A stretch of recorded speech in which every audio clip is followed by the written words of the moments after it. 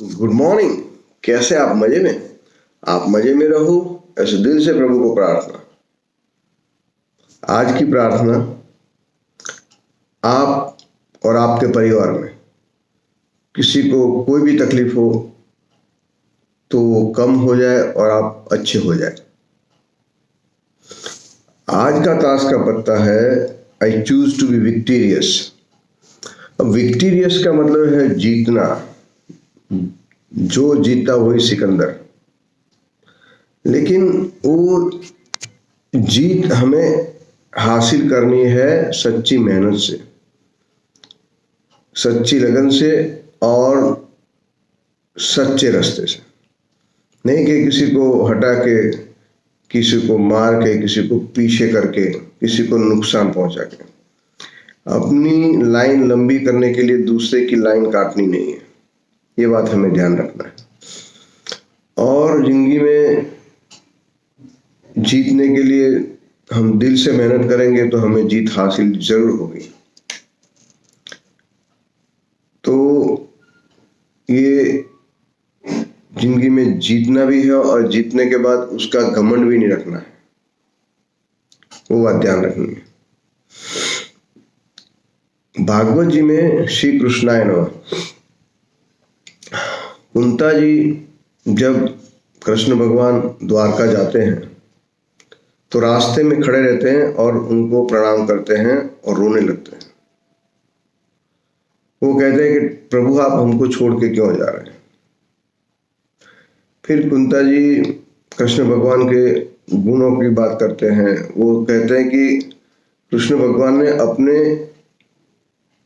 भाई बहनों को कंस के हाथ मरने दिया, लेकिन मेरे बच्चों को मरने नहीं दिया, पांडवों को सलामत रखा। उसी तरह वो कहते हैं कि भगवान को गौ यानी गाय बहुत पसंद है, तो खुले पांव जाते हैं वन में। माता यशोदा कहती है आप खुले पांव क्यों जाते हैं? तो कानूड़ा बोलता है कि मुझे गाय बहुत पसंद है। गाय भी खुले पांव जा रही है, मैं भी खुले पांव जाऊंगा। उसी तरह कुंता जी मांगते हैं कि मुझे दुख दीजिए। भगवान बोलते हैं कि मैं द्वारका जा रहा हूं, आप हमसे कुछ मांगना हो तो मांग लीजिए। तो कुंती जी कहते हैं कि मुझे दुख दीजिए, और दुख एक नहीं हर जन्म में दीजिए, और मुझे नहीं, मुझे पूरे परिवार में सबको दुख दीजिए। ये भी एक बहुत बड़ी जिगर की बात है, हिम्मत की बात है कि भगवान से दुख मांगना। तो ऐसा क्यों कहते हैं? तो कहते मुझे दुख दीजिए क्योंकि दुख होगा तभी मैं भगवान यानी आपको मैं याद कर पाऊंगा। सुख में आदमी प्रभु को याद नहीं करता है, और आप मुझे दुख देंगे तो मैं आपको हमेशा याद रखूंगी, आपके शरण में रहूंगी। फिर कहते हैं कि आप मुझे जन्मों जन्म दुख दीजिए। तो जन्मों जन्म क्यों? क्योंकि एक जन्म में निकल गए और फिर हम भगवान को भूल गए। तो ऐसा नहीं, हर जन्म में थोड़ा दुख दीजिए ताकि मैं आपको याद रख सकूं, आपकी सेवा कर सकूं और आपकी प्रार्थना कर सकूं। बाद में कहते हैं बहुत सारे दुख दीजिए, एक नहीं। क्योंकि बहुत सारे दुख में क्या होता है, एक दुख तो आदमी अपने बलबूते पे हटा देता है, लेकिन बहुत सारे दुख होंगे तो हमारी कोई ताकत नहीं कि हम वो दुख के सामने लड़ सकें। तो हमें प्रभु के शरण में जाना ही पड़ेगा। दूसरा वो कहते हैं कि मेरे परिवार के हर आदमी को भी थोड़ा दुख दीजिए ताकि वो भी सत्ता के पैसे के मद में छक न जाए, वो भी आपके शरण में रहे, आपको याद करता रहे और आपकी प्रार्थना करता रहे। तो उसी तरह पुष्टि मार्ग में